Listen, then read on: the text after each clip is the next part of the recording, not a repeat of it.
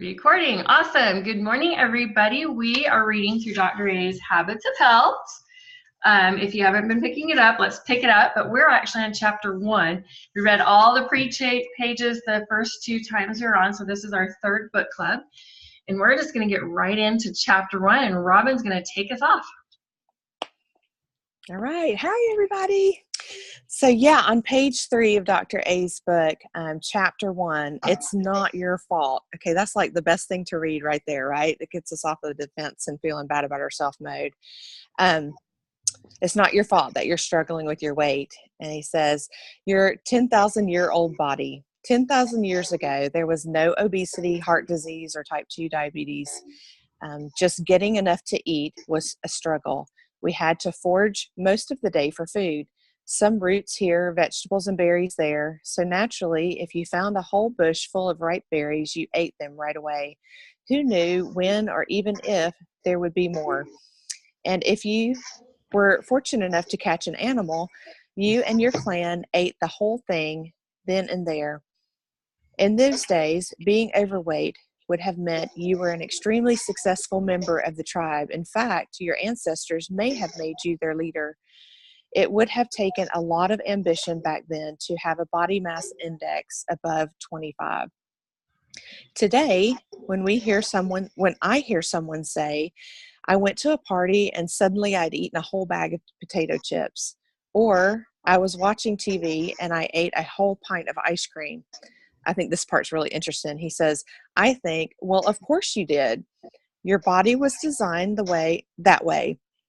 Faced with so much nutritional energy right in front of you, your 10,000-year-old biological programming insisted that you eat it all, especially with your conscious mind distracted by the television, or a party. I like that, because how many times do we sit down and think we're just going to eat a little bit of a snack, and then we just totally get distracted and we don't even realize we're eating. It's like we don't even enjoy it. It's just a habit kind of thing. So that kind of puts things in perspective. Definitely. Ancient humans used all their energy just staying alive. If they wanted to get somewhere, they had to walk or run or paddle a canoe. If they wanted to eat, they had to gorge out the roots or find vegetables or fruits and grind up grasses and grains. Cooking meant carrying water, gathering wood, building a fire. So our bodies evolved to be extremely efficient at using energy. If they hadn't, none of us would have survived. To this day, our bodies fight to hold onto every calorie of energy we take in. Because of that, how we're programmed, as if our survival is still in question. Can we keep going, or are we good? You want to switch around? Well, since you might have to pop off, why don't you go for another one? Okay. The storage factor. Our bodies are designed to store and conserve fat and calories for those times when we can't find food. All too often, in the case 10,000 years ago, our energy storage system is made up of over 40 billion adipose fat cells, providing a virtually unlimited storehouse to keep us alive. We also store small amounts of carbohydrates in our liver and muscles, but the ability to stockpile precious energy as fat is our most critical survival mechanism. Okay, can I stop there for a second and tell you something I learned? Yes, which is really interesting about this. Okay, so how many times do we hear from our clients or in our minds and ourselves? It's like, okay, I decided tonight I'm going to eat off plan. You make the decision, you have that small piece of cake or whatever it is that's important to you, that you make a decision to eat off the 5 and 1, supposedly. I hate to say eat off, but you know what I'm talking about. And you get on the scale the next day and you gain like 2 pounds from that one little tiny piece of cake, right? And in your mind, you're thinking, how in the world is that possible? I only had like this small piece of cake. And right there is one of the answers. Obviously, we know the salt intake is higher, so we're going to retain some of the water, right? But we also store some of those carbohydrates in our liver and our muscle cells. And so that also retains water too. So that's a huge reason why those 2 or 3 pounds hop on, like if you just look at something and take a bite, right? But that's important for us to understand, you know, and it always falls off the next day or two when we get right back on to eating healthy and our sodium levels are down. But I like to point that out because that's something that sometimes we just don't realize. Yeah, So I that's agree. my thought for the day. I also, I mean, I like the fact that, you'll gain it, but you can get it right back off a couple of days. But in my mind, I always think, oh man, I lost 2 days. I could be 2 days ahead of the game rather than behind the game. But right. the same token, it is nice to know that, okay, I kind of messed this one up tonight. I can do better tomorrow, and we'll get back on track again. So right. I mean, our goal, I think all of us want to stay 100% of the time, you know. So I think that's our goal, and you're exactly right. I always look at it like when I'm weighing that decision of whether or not it's important enough for me to kind of kick myself out of fat burn for a few days, and that really helps me decide. But just to know that those, like, you know, I can't tell you how many times I've had that phone call.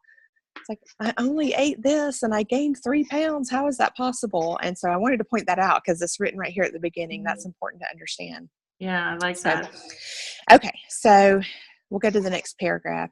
Now let's jump ahead to today. What happens when this perfect biologically balanced creation with its complex systems of cells, organs, and tissues designed to conserve energy is plunked down in the 21st century?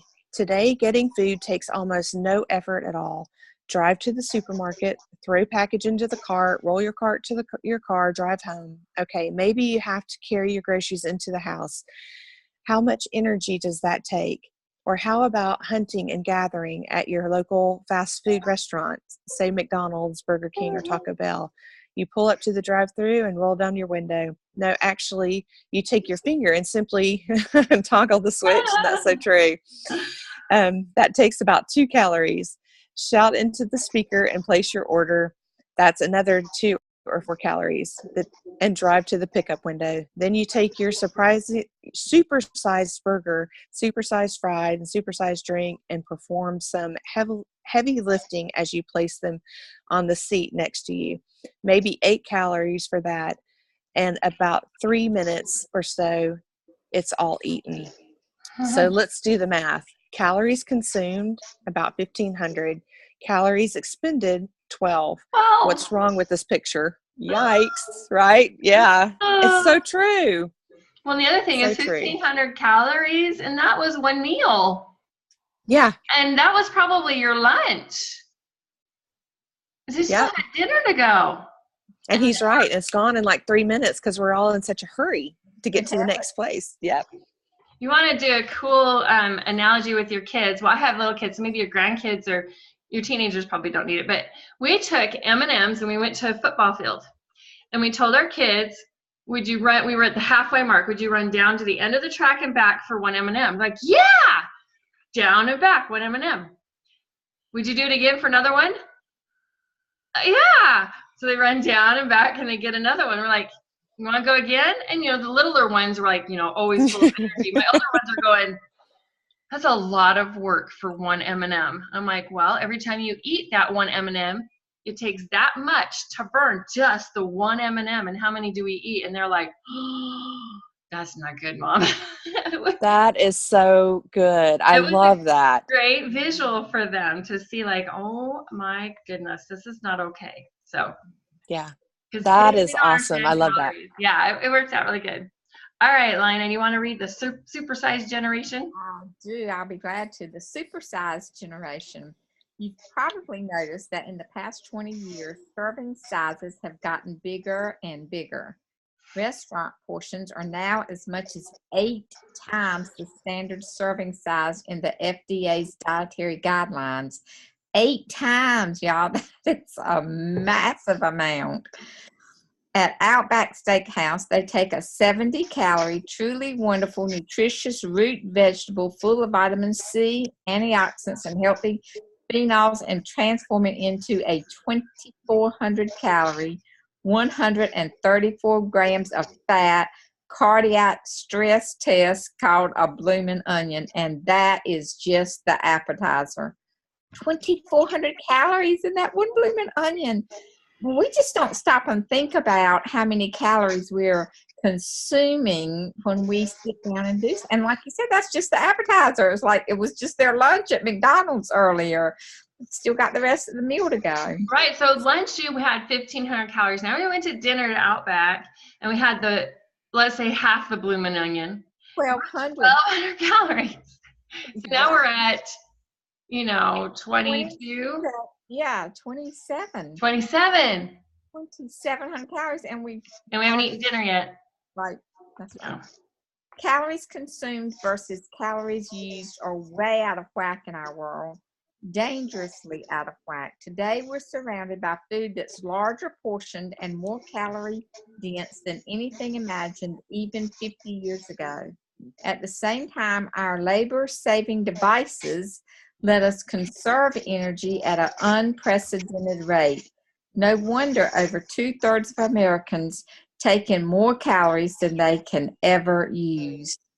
It's not your fault that you were born in a time of unparalleled plenty and physical ease with a body that stores and conserves energy. It's not your fault that you're confronted by food that's more plentiful and addictive than at any time in history, with a day-to-day lifestyle that most often finds us in a chair at our desk or on the couch in front of the television. And that is exactly so true right there. I mean, and we just need to recognize it's not our fault. It's just the way the world's going. Everything's supersized. Everything's bigger. There's plenty to go around. And, I love how he added the word addictive in there. It's plentiful and it's addictive. And it really is. I just had this conversation with one of my sweet friends yesterday on the phone. She was so excited she got to a goal weight and her first little goal. And she said, Robin, I've just learned I am really addicted to sugar. And, sometimes we tease saying that I'm addicted to sugar, but I'm one of those people. It actually changed my brain function. If I have certain types of sugars, my whole brain just obsesses on that. And it's a true addiction. And that's important for us to understand so that we're not beating ourselves up all the time. We just need to recognize it. And then let's figure out how to deal with that addiction. So yeah, I love how he added that in here right off in the beginning. Yep, I agree. Do you recognize the pattern that all leads into too? What led you to it, and then the choices that you made. And one of the posts I saw the other day talked about, bad decision always came with a thought before. So what did you do with that thought before? You entertained it, or did you tell it, heck no, I'm not doing that? So I'm trying to pay attention to my pre-thoughts, and really sometimes it's a battle inside myself. It is. Absolutely. All right, Lina, go for the next section, if you don't mind.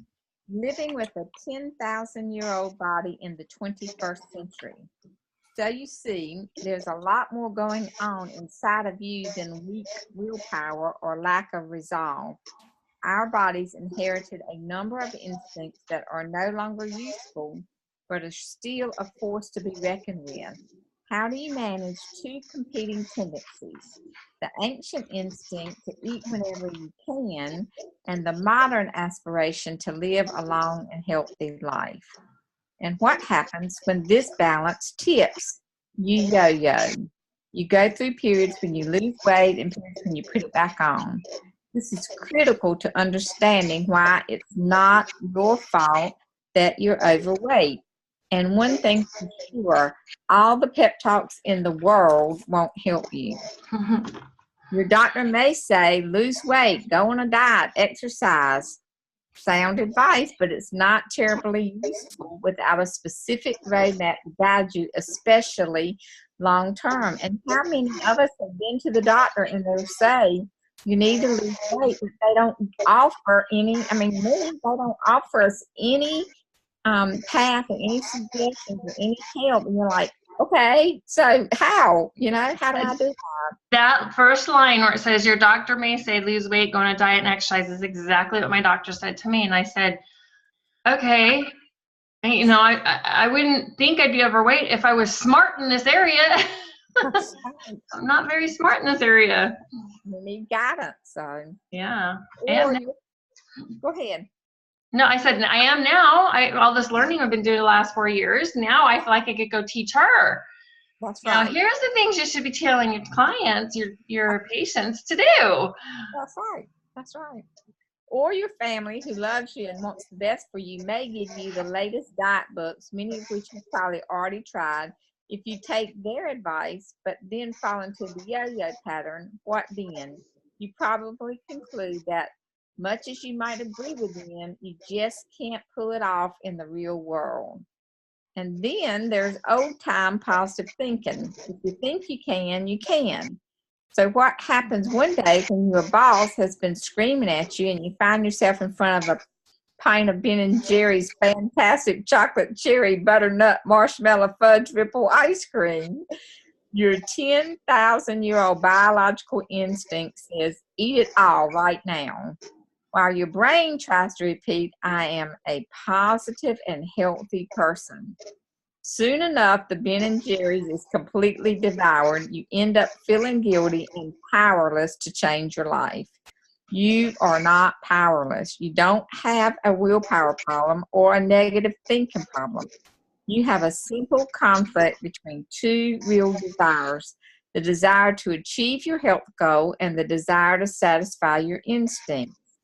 Dr. A's Habits of Health takes this conflict into consideration and empowers you to take charge successfully, safely, and permanently. Oh, I love that word, permanently. Me too. Me too. You know, this is just a book, and the food that we eat are just a tool. We really have to read the book, understand it, glean from it. I mean, we've been doing this, for several years, and I still learn something every time I read into it. It's like, oh, I never thought of it that way. And I've gained another tool to not only help myself, but to help my clients. Yes. So keep learning. Yes. Okay, how the food industry sabotages your health. The food industry isn't your friend. Between sodas, snacks, even an innocent-looking slice of bread, the average American consumes 26 spoonfuls of refined sugar every day. Yet your body only needs the equivalent of 1 teaspoon of sugar to operate your entire bloodstream. Crazy. Americans now consume on an average of 135 pounds of sugar each year. That's an increase of 26 pounds per person in just the past 20 years. And to think that a century ago, our average consumption was only 5 pounds per year. So why does 21st century food have so much sugar in it? Because sugar makes food taste good. And food companies want the product to produce food that sells. In the old days, businesses made profits by offering high-quality food that earned customer loyalty. If the local butcher sold you a bad piece of meat, you stopped using him and let everyone in town know about it.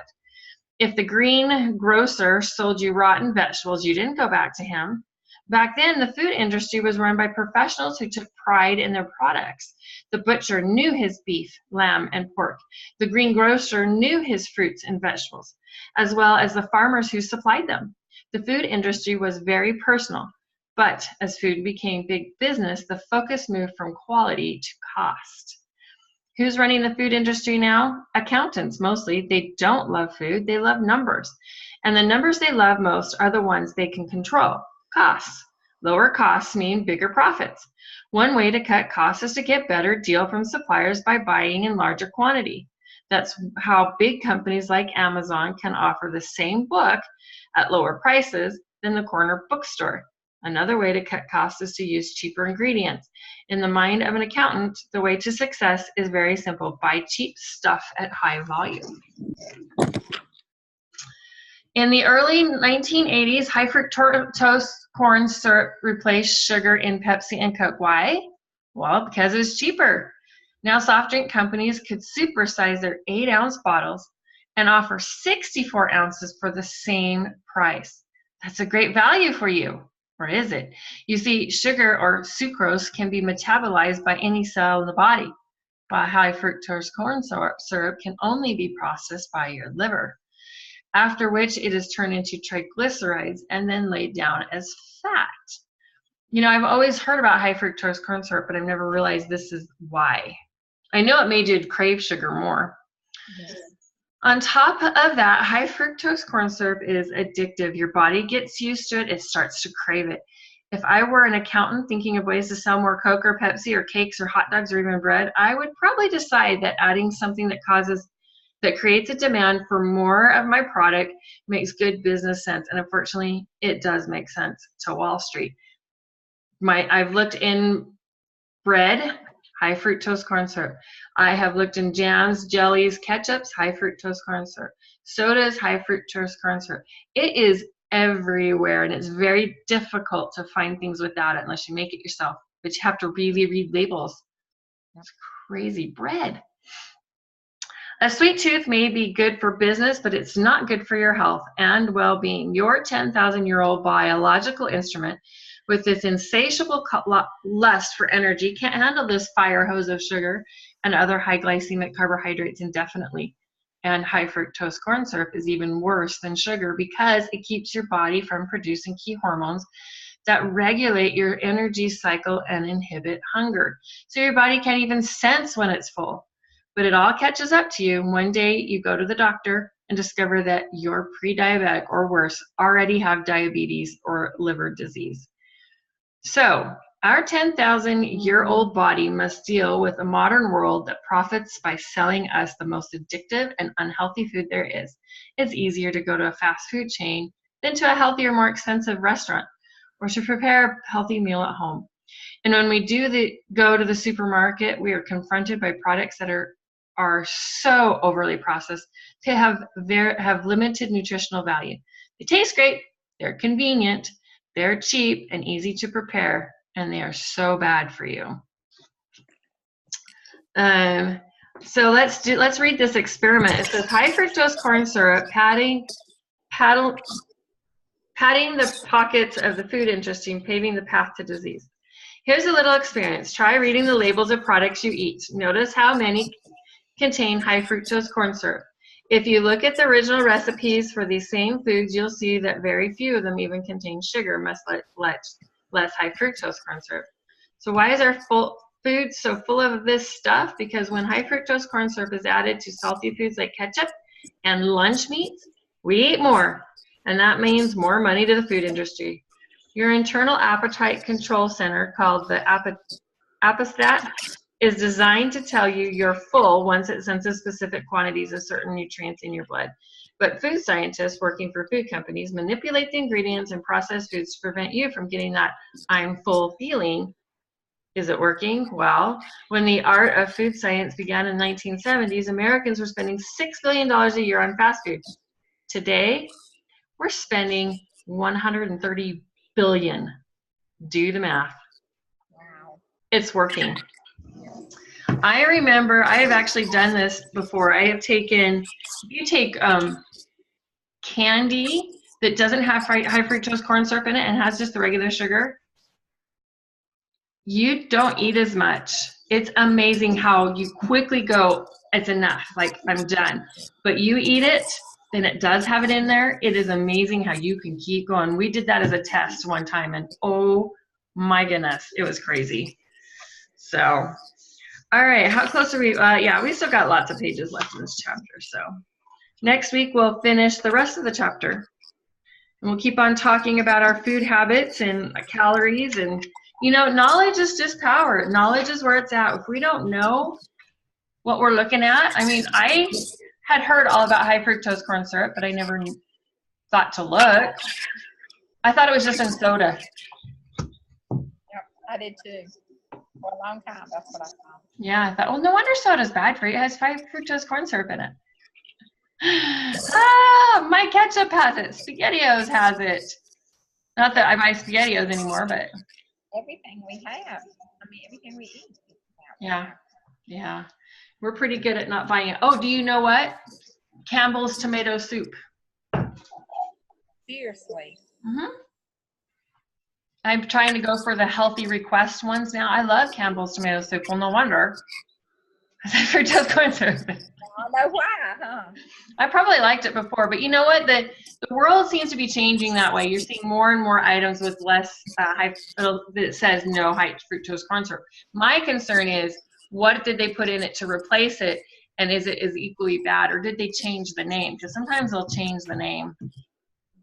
You have to be careful. So anyway, All right. let me stop recording. Stop recording.